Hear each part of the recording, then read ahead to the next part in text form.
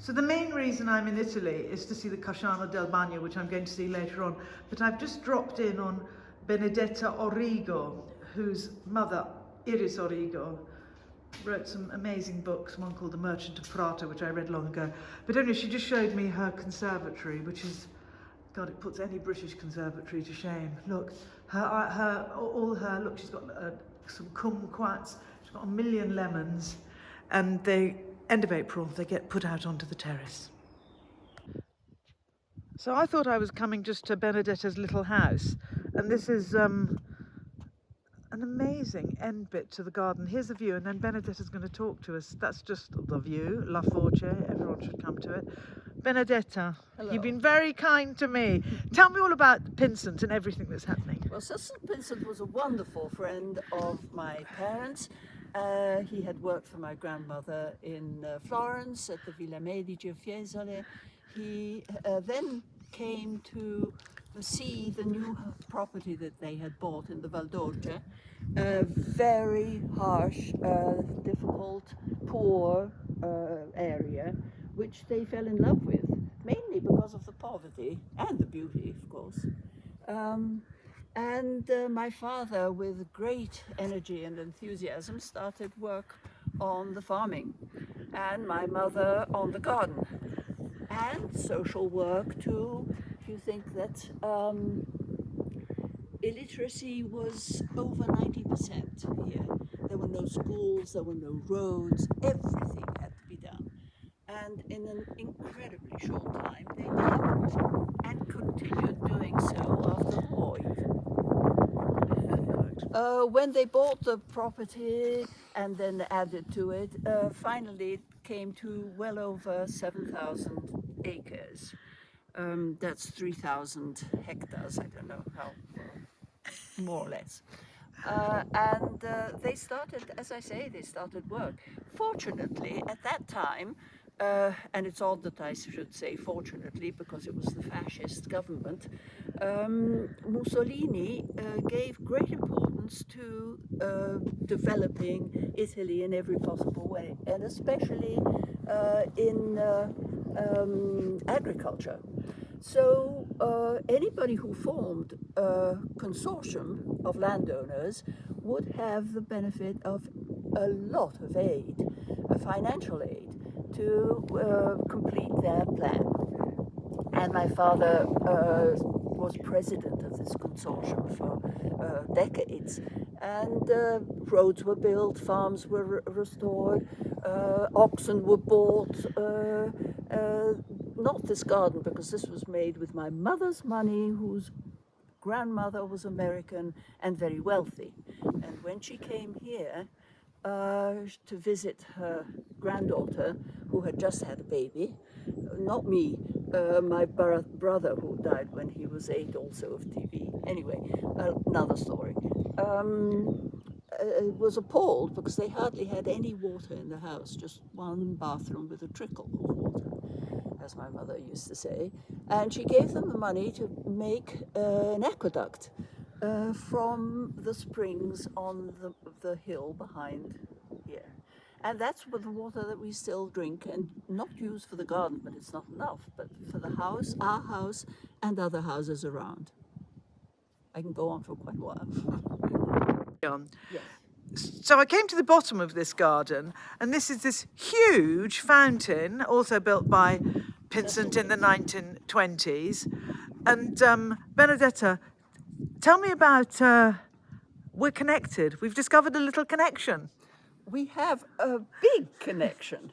My husband was Alberto Lisi, the one and only original student of Yehudi Menuhin's, and who was with him as a teacher at the very beginning of the Menuhin School, even before it was built at Stoke Dagenham. You probably remember that, don't you, Wolsey? Oh, I wasn't so much in touch with them at that particular point. But still, I mean, we're in the 60s. I was too long ago. Yeah, yes. I was 10 years old. I was still being a bit. I was still probably working out whether I like music. But tell me, so Alberto, about his violin playing. about Yehudi? Tell me. Well, you know Alberto's story, I'm sure. He was a very, very poor son of Ukrainian parents in Argentina.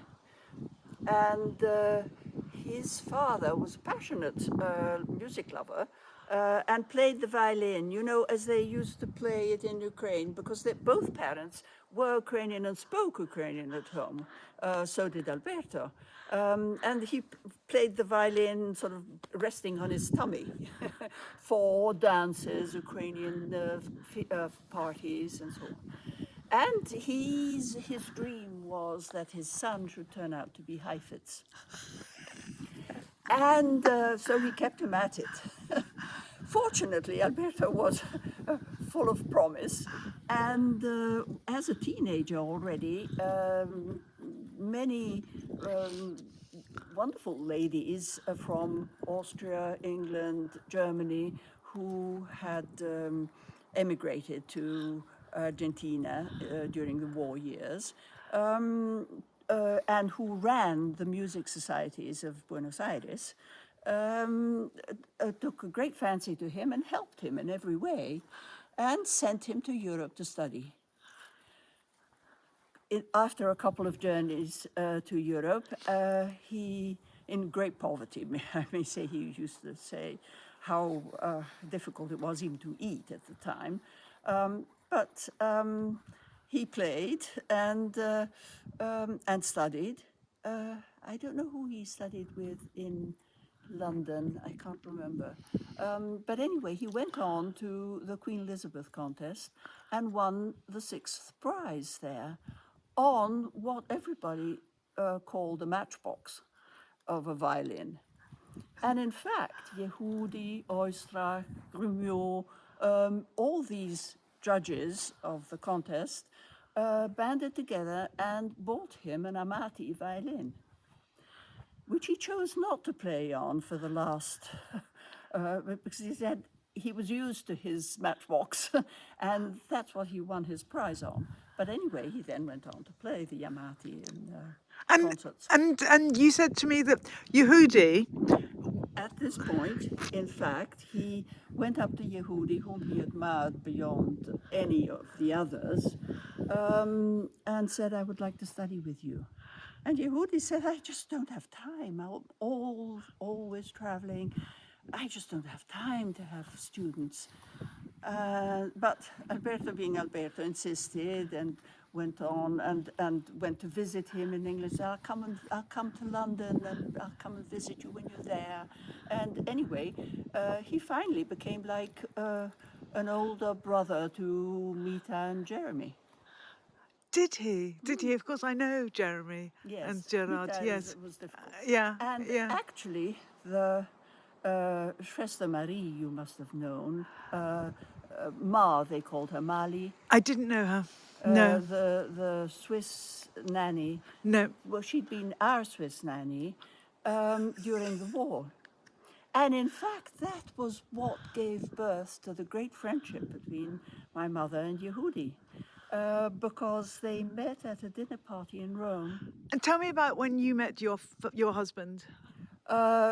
Through the nanny. She came here to visit my mother and brought Alberto with her, and that was it.